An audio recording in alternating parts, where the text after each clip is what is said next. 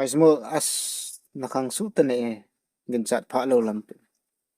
nó hồ dỗ hình hiệu chùa khang xua chỉ lại thỉnh khang an chen và hình khu nó mình riêng he cái bang cái đặt thế he are paismo le le nang thinglang mi ni lo bang yin paismo ne team lo zo he vetang nang tua Delhi Kolkata Mumbai City num ta na uma na the na ji ang chu ipiji ham ti le thinglang an nu le pa ji thinglang an nu le na pa en gen thei ta le ha sa ta a nang ding gel na to an nang khopi num ta le kha na sim sai paismo vetang nang tun ki standard sa le yang la chen na na chi na chu min nang chu chinu ko he Korea te he nan ti hi be min nang chu nan mu na chu mini pi se dem chinu wa ho thing sang mi hi nan ti tho tho